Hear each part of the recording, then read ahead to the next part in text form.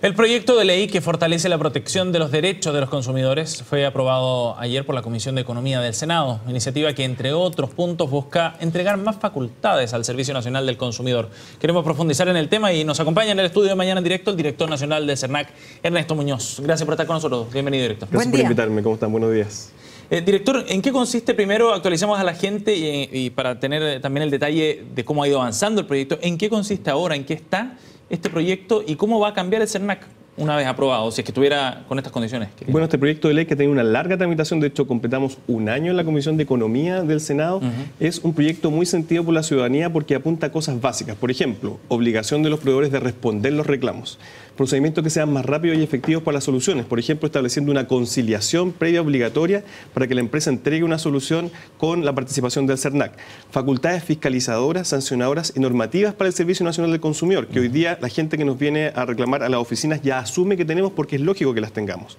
Fortalecimiento de las asociaciones de consumidores, un régimen de multa que distingue entre pequeñas y medianas empresas y grandes empresas y también una institucionalidad que combina todos estos elementos de manera balanceada. Este proyecto entonces lo que hace es generar una institucionalidad adecuada para que se generen los incentivos claros, para que las empresas siempre hagan las inversiones y solucionen los problemas para los consumidores de manera rápida. Ya, y respecto de lo que competen las atribuciones del CERNAC, por ahí se decía que el CERNAC era este león sin dientes, usted muchas veces lo ha escuchado. Esto vuelve, le entrega los dientes necesarios para poder, en este caso, fiscalizar y sancionar de forma correcta ante el incumplimiento y los reclamos que ustedes reciben. Así es, entrega esas facultades y lo entrega de una manera balanceada. También una de los slogans que se decía al principio de la tramitación de este proyecto y que he escuchado también que se ha repetido ahora, que el CERNAC iba a ser juez y parte.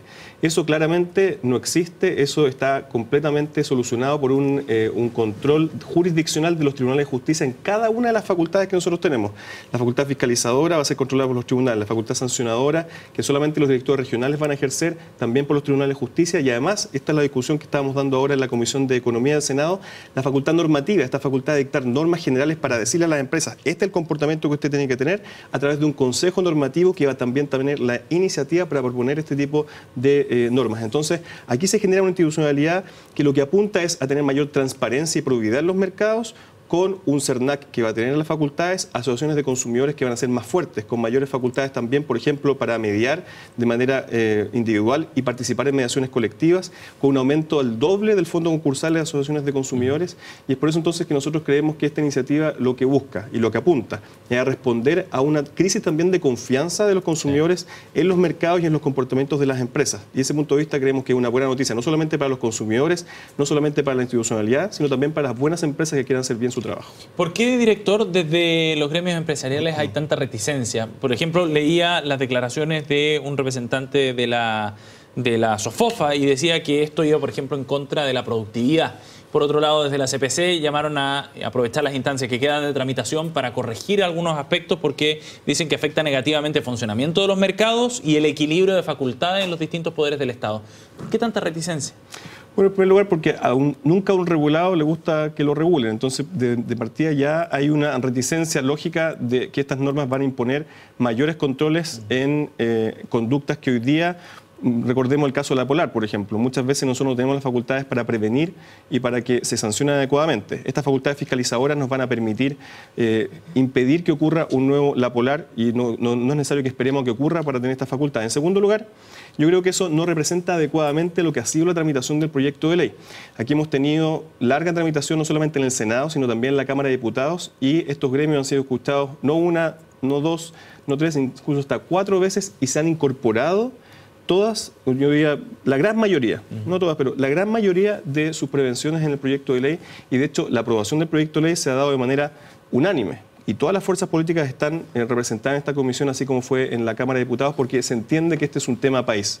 Y finalmente yo creo que también es un error de diagnóstico, porque aquí lo que tenemos que apuntar todos en conjunto es tener una institucionalidad que apunte a mayor transparencia y probidad en los mercados y de esa manera genere confianza. Entonces, yo creo que acá hay una lectura que no se hace cargo de lo que ha avanzado el proyecto y también una lectura equivocada porque evidentemente mayor productividad supone mercados competitivos con reglas claras que se cumplen. Es que, director, en ese sentido, usted decía al principio, a nadie le gusta ser regulado en el fondo en sus actividades, ¿no? y ellos van a ser las víctimas precisamente de esa regulación. Víctimas, entre comillas. Pero también uno entiende que un mejor funcionamiento del mercado, darle más facultad a los consumidores, protegerlo, va a favorecer y va a perfeccionar, en el fondo, el funcionamiento del libre mercado en nuestro país. En ese sentido, desde el punto de vista del empresariado, deberían incluso hasta celebrar esta decisión, porque finalmente es un círculo virtuoso este. Absolutamente, estoy completamente de acuerdo con lo que usted dice, en el sentido de que, primero, estas facultades que nosotros estamos pidiendo no son facultades que sean únicas en nuestro país. De hecho, somos el único país en la región en que la Agencia de Protección del Consumidor no tiene facultades fiscalizadoras. Y si vamos a los mercados desarrollados, por ejemplo, vamos a Estados Unidos, donde muchos de los empresarios se fijan para hablar acerca de una economía productiva y competitiva.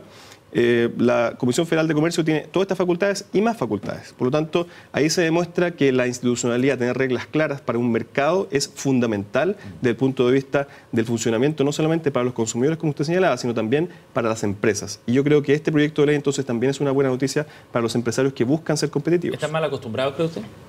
Yo creo que en este caso esas declaraciones se constituyen en un mal diagnóstico que no representa el estado actual del proyecto. Avancemos en lo práctico de este proyecto, que todavía está en trámite, por lo tanto todavía, si es que tardó un año en la comisión, no sabemos cuándo va a ser realidad, ¿no? Esperamos que de aquí a fin de año nos quede la Comisión de Constitución del Senado, donde por cierto esperamos seguir trabajando estas materias que son muy importantes para todos, después la Comisión de Hacienda, y luego todavía tenemos que ir a la sala del Senado y a la Cámara de Diputados. Esperamos en todo caso que este trámite se acorte, porque muchos de los temas de los que teníamos dudas o había algún tipo de propuesta ya han sido recogidos. Ya, y en lo práctico, y aquella persona que dice, bueno, ¿sabe qué? A veces yo voy a hacer NAC y no sé si tiene algún sentido, porque finalmente la empresa que comete un eventual abuso no logra recibir ninguna sanción, y es ahora finalmente lo que ustedes sí van a poder permitir. ¿Qué tipo de sanciones son las que en este caso ustedes van a poder establecer, que en este caso permita que actos que vulneren el derecho de los consumidores no se vuelvan a repetir?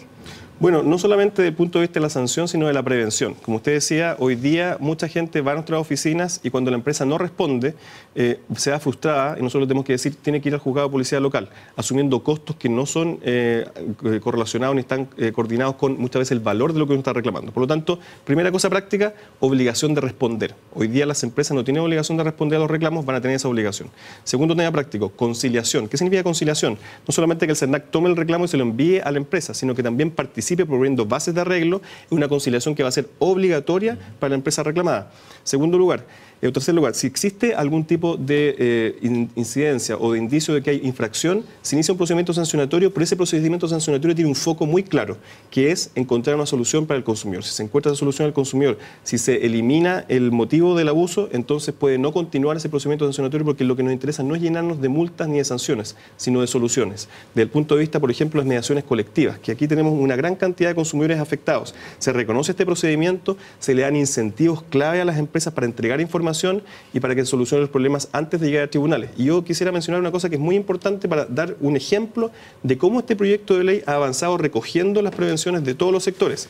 El único tipo penal que se establece en el proyecto de ley no es un tipo penal contra las empresas, es un tipo penal para los funcionarios del SERNAC que infrinjan el deber de reserva a propósito de las mediaciones colectivas. ¿Eso significa que no aumenta los castigos a las empresas? Aumenta los castigos en el sentido de que sean unas multas proporcionales y, por ejemplo, en los casos colectivos es un caso interesante porque se establece que la multa tiene que ser proporcional al daño, estableciendo un 30%, por ejemplo, de las ventas de la línea de producto o el doble del beneficio. ¿Para qué? Para que siempre la empresa tenga el incentivo de prevenir el abuso y entregar soluciones rápidas. Finalmente, lo que yo le preguntaba anteriormente, usted decía, a fin de año, ¿usted presume que esto podría ser realidad? Ese es el propósito del Ejecutivo. Este proyecto de ley tiene suma urgencia, así va a entrar a la Comisión de Constitución y esperamos que pronto sea ley. Bien, director, le agradecemos mucho que haya venido esta mañana. Muy Muchas amable. gracias a usted.